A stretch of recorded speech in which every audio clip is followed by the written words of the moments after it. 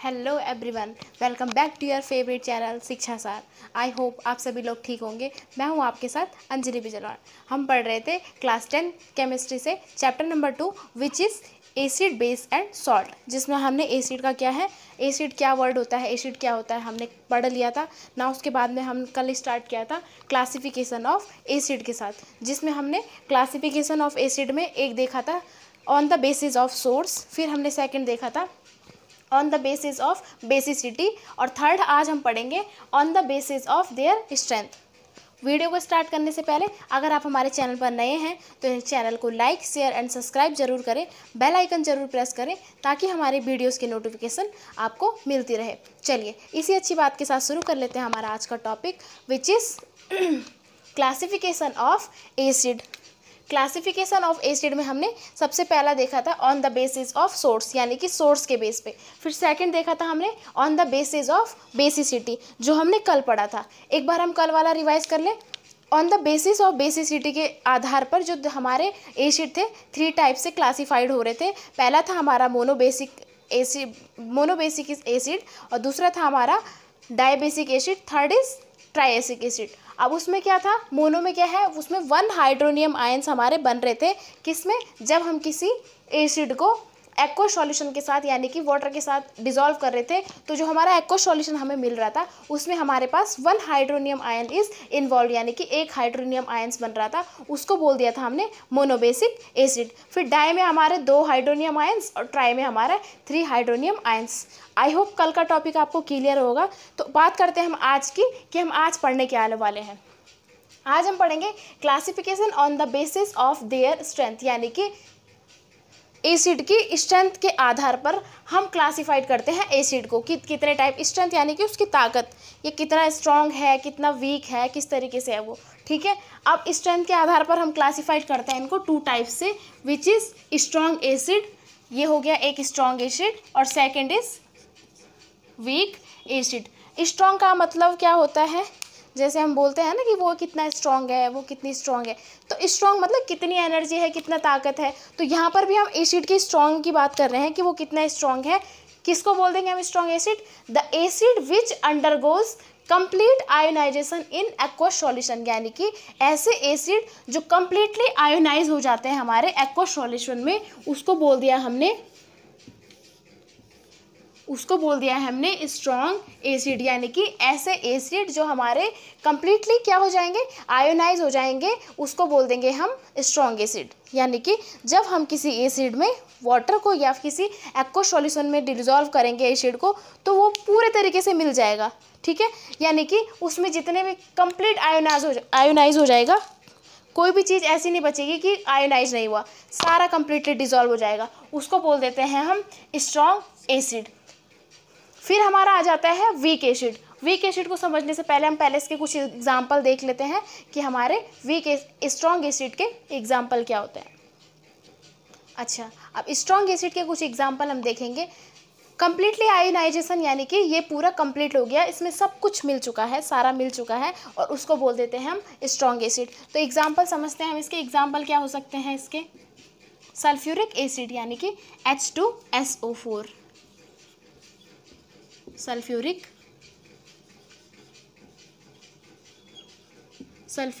Acid. इसमें भी क्या होता है, कंप्लीटली क्या हो जाता है, ये आयोनाइज हो जाता है, और उसी को बोल दिया हमने स्ट्रॉन्ग एसिड। दूसरा हो जाता है हमारा हाइड्रोक्लोरिक एसिड।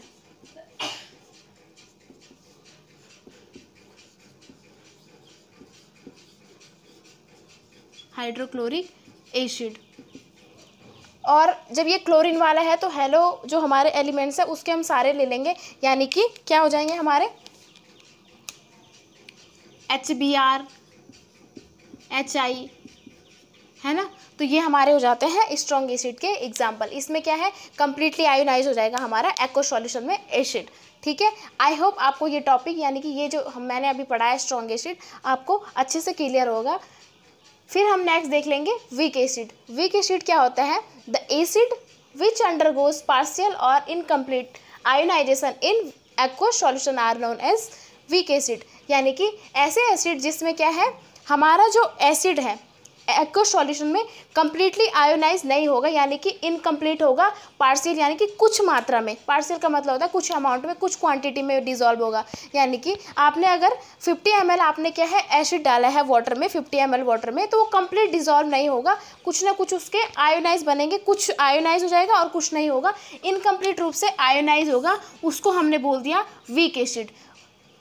आई होप आपको ये बात समझ में आई होगी कि वीक एसिड क्या हो गए, जिसमें हमारे क्या है एसिड है कंप्लीटली डिजॉल्व नहीं होगा और अपने क्या है इनकम्प्लीट रूप से इनकम्प्लीट आयोनाइज होगा, उसको बोल देते हैं हम वीक एसिड। कुछ एग्जाम्पल की हेल्प से हम समझ लेते हैं कि हमारे वीक एसिड क्या होते हैं। एग्जाम्पल में देखिए आपने बेंजोइक एसिड का नाम तो सुना होगा कि बेंजोइक एसिड क्या होता है। बेंजोइक एसिड कैसे बनता है, ये हमारी बेंजीन रिंग, ठीक है। अब बेंजीन रिंग का जो फॉर्मूला मतलब बेंजीन का जो फॉर्मूला होता है C6H6। अब हमने क्या करना है, जब हम क्या है इसमें COOH ऐड करते हैं तो ये कैसे बनेगा, ये देखिए ये हो गया और यहाँ पर हमने लगा दिया COOH, है ना, तो ये हो जाता है, ये फॉर्मूला होता है इसका C6H5, एक H हमने हटा दिया और वहाँ पर लगा दिया हमने COOH, तो ये हो गया हमारा बेंजोइक एसिड। तो इसमें क्या है, ये भी क्या है हमारा वीक एसिड है, बेंजोइक एसिड, राइट। इसके अलावा दूसरा एग्जांपल हो जाएगा हमारा वीक एसिड में एसिटिक एसिड, तो दूसरा हो जाता है हमारा acetic acid, acetic acid CH3COOH। तो हमारा एग्जांपल क्या हो गया, जो हमारा वीक एसिड का एग्जांपल है वो है हमारा बेंजोइक एसिड, जिसको हम COOH हमने बेंजीन में लगा दिया, और दूसरा हमारा हो गया एसिटिक एसिड। इसके अलावा हमारा फॉस्फोरिक एसिड जो हमने प्रीवियस में भी पढ़ा था H3PO4 इसका फॉर्मूला होता है, तो यहाँ पर लिख देंगे फॉस्फोरिक एसिड, फॉर्मूला होता है इसका H3PO4, ठीक है। तो ये इसके 3-4 एग्जाम्पल है। आप खुद भी मतलब आपको अगर एसिड दे दिए जाएँ तो आपको इतने अच्छे से मतलब नॉलेज होनी चाहिए कि किस तरीके के आयंस बनते हैं कि आप क्लासीफाई कर पाओ कि स्ट्रॉन्ग एसिड में कौन सा एसिड चला जाता है और वीक एसिड के अंदर कौन से एसिड चले जाते हैं। आई होप आपको ये दोनों टॉपिक अच्छे से क्लियर होंगे। अब हम बात करते हैं एक और क्लासिफिकेशन की, जो किस पे बेस है, classification based on concentration of the acid, यानी कि क्लासिफिकेशन किस पे बेस्ड है, कंसंट्रेशन। एक कंसंट्रेशन तो वो है कि आपको बोलते हैं कि कंसंट्रेशन पेपर कंसंट्रेशन के साथ करना, अच्छे से पेपर करना, यानी कि कंसंट्रेशन का मतलब होता है ध्यान से, लेकिन यहाँ पर कंसंट्रेशन का मीन कुछ और हो जाता है। ये हो जाता है इसकी देखो इसको समझ लेंगे आप, कंसंट्रेटेड एसिड। अब ये जो on the basis of concentrated acid है, दो टाइप से डिवाइड हो जाता है, एक बोलते हैं कंसंट्रेटेड एसिड और second is dilute, which means concentrated का मतलब क्या हो गया, the acid which contains very small amount of water is called concentrated acid, यानी कि जिसमें क्या है एसिड है हमारे पास, लेकिन उसमें जो पानी की क्वांटिटी है, अमाउंट ऑफ वाटर है वो बहुत लेस है, यानी कि amount of water is less and amount of acid is great, यानी कि मोर ज़्यादा है, ठीक है। वैसे अगर हम बात करें डाइल्यूट एसिड में, तो डाइल्यूट यहाँ पर हम देख लेंगे, अंडरलाइन कर देंगे, very small amount of water is called concentrated acid, ठीक है। और डाइल्यूट में क्या होता है, more amount of water is called dilute acid, यानी कि दोनों में क्या है उल्टा हो जाएगा। कंसंट्रेटेड में क्या होगा, very small amount of water, यानी कि पानी की जो मात्रा होगी बहुत कम होगी, और एसिड की जो मात्रा होगी, क्वांटिटी या amount of the acid is ज़्यादा, यानी कि ग्रेट।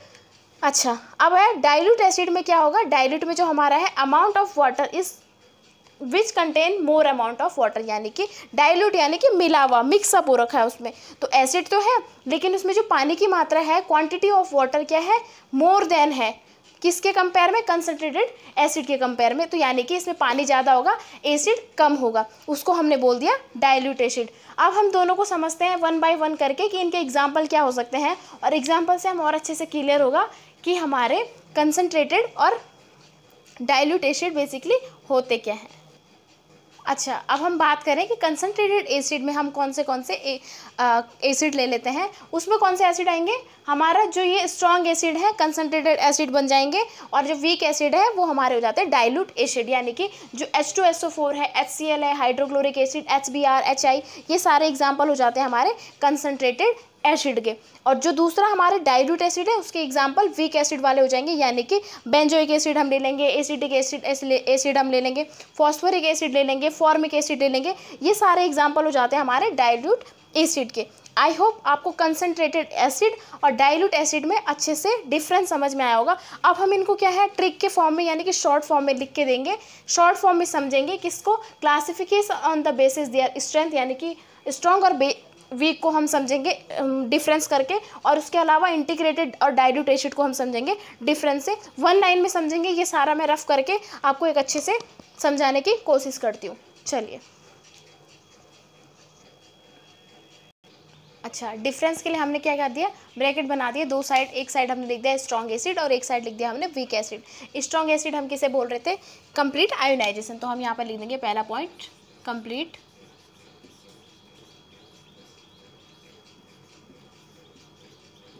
आयोनाइजेशन। ठीक है, यहाँ पर हम बोल रहे थे इनकम्प्लीट आयोनाइजेशन, तो यहाँ पे लिख देंगे इनकम्प्लीट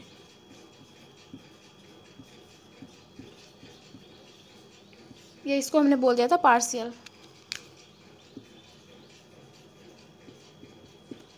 आयोनाइजेशन, पार्शियल आयोनाइजेशन। अब स्ट्रॉन्ग एसिड की बात करें हम, तो स्ट्रॉन्ग जो हमारा एसिड होता है, स्ट्रॉन्ग एसिड होता है, वो बेसिकली क्या होता है, उसमें हम देखते हैं कि जो स्ट्रेंथ ऑफ द एसिड वो क्या होती है, स्ट्रेंथ ऑफ द एसिड होती है is proportional to concentration of HINs। तो हम यहाँ पे लिखेंगे strength of the acid is proportional to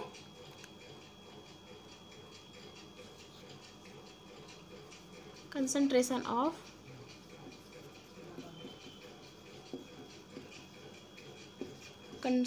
of HINs, यानी कि जो स्ट्रेंथ ऑफ द एसिड होती है हमारी is proportional to concentration of HINs। यही बात मैंने नीचे करी थी जब हम नीचे इस वाले में classification of base concentrated acid में, यानी कि जो हमारी स्ट्रेंथ डिपेंड करती है वो किस पर डिपेंड करती है, कंसंट्रेशन ऑफ HINs, यानी कि HIN की कंसंट्रेशंस कितनी है, HIN कितने हैं, जितने ज़्यादा HINs होंगे उतने ज़्यादा हमारा जो एसिड है वो क्या होगा, स्ट्रॉन्ग होगा। तो इसीलिए हमने यहाँ पर बोल दिया strength of the acid is proportional to concentration of HINs। I hope आपको इतना क्लियर होगा। अब हम कुछ इसके एग्जांपल लिख देते हैं। इस साइड हमारा जो इसके एग्जांपल थे हमारे पास वो क्या थे, HCl हो गया, HNO3 नाइट्रिक एसिड हो गया, सल्फ्यूरिक एसिड हो गया, है ना, HBr हो गया, HI हो गया, HF हो गया, है ना। तो ये हमारे एग्जाम्पल हो जाते हैं स्ट्रॉन्ग एसिड के। अब हम बात करते हैं वीक एसिड की। तो वीक एसिड में हमने बोला कि इसमें क्या है, इनकम्प्लीट आयोनाइजेशन, यानी कि जो आयोनाइजर जितने कम, HINs जितने कम होंगे वो बेस होंगे वीक एसिड पे, यानी कि जितने HINs कम होंगे उसी को हम बोल देते हैं वीक एसिड। तो इसका एग्जाम्पल हो जाता है हमारा एसिटिक एसिड। एग्जाम्पल लिखेंगे इसके CH3COOH। हमारा हो जाता है फॉर्मिक एसिड भी हो जाता है H3PO4। तो ये हमारे हो जाते हैं इनकम्प्लीट आयोनाइजेशन, यानी कि जिनको हम बोल देते हैं वीक एसिड। ये हमारे एग्जाम्पल हो गए इसके। आई होप आपको ये छोटी सी ट्रिक, यानी कि आपको 2 लाइन्स ये याद रखनी है, 2 लाइन्स ये याद रखनी है, तो इससे आपका क्या है, स्ट्रॉन्ग एसिड भी याद हो जाएगा और वीक एसिड भी और इसके एग्जाम्पल भी।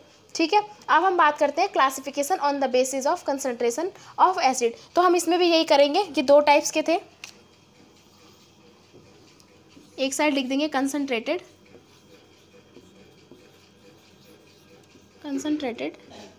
एसिड और एक साइड लिख देंगे हम डाइल्यूट एसिड। अब हम क्या बोल रहे थे, कंसनट्रेटेड एसिड में हम क्या बोल रहे थे कि इसमें क्या है, एसिड की जो क्वांटिटी थी वो ज़्यादा थी और वाटर की कम थी। तो हम 2 लाइन में यहाँ पर लिख देंगे अमाउंट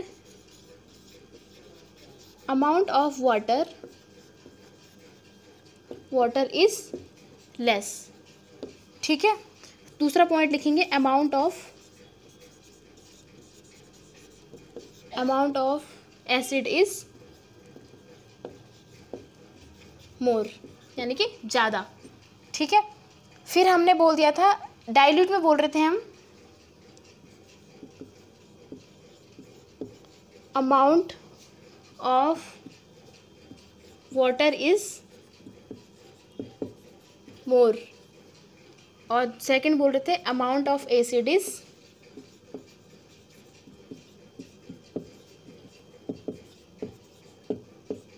लेस, यानी कि इसीलिए हमने इसको डाइल्यूट बोल दिया। यानी कि इसमें हमारे जो पानी की क्वांटिटी थी, अमाउंट थी, वो ज़्यादा थी, किसमें, मोर देन कंसनट्रेटेड में वाटर की जो क्वांटिटी है वो कम है और जो एसिड की वो ज़्यादा है। ठीक है, वहीं डाइल्यूट में बात करें तो वाटर इज़ मोर, यानी कि पानी है ज़्यादा और जो हमारा एसिड है वो कम, उसको बोल देते हैं हम डाइल्यूट। आई होप आपको ये 2 लाइन समझ में आएगी। मैंने शॉर्ट ट्रिक से शॉर्ट मेथड में कि ताकि आप इसको कहीं पेज पे लिख दें और जल्दी से आपको समझ में आ जाए कि डाइल्यूट क्या हो गया और कंसनट्रेटेड एसिड क्या हो गया। अब हम इनके कुछ एग्जाम्पल देख लेते हैं और उसके बाद इस लेक्चर को समाप्त करते हैं।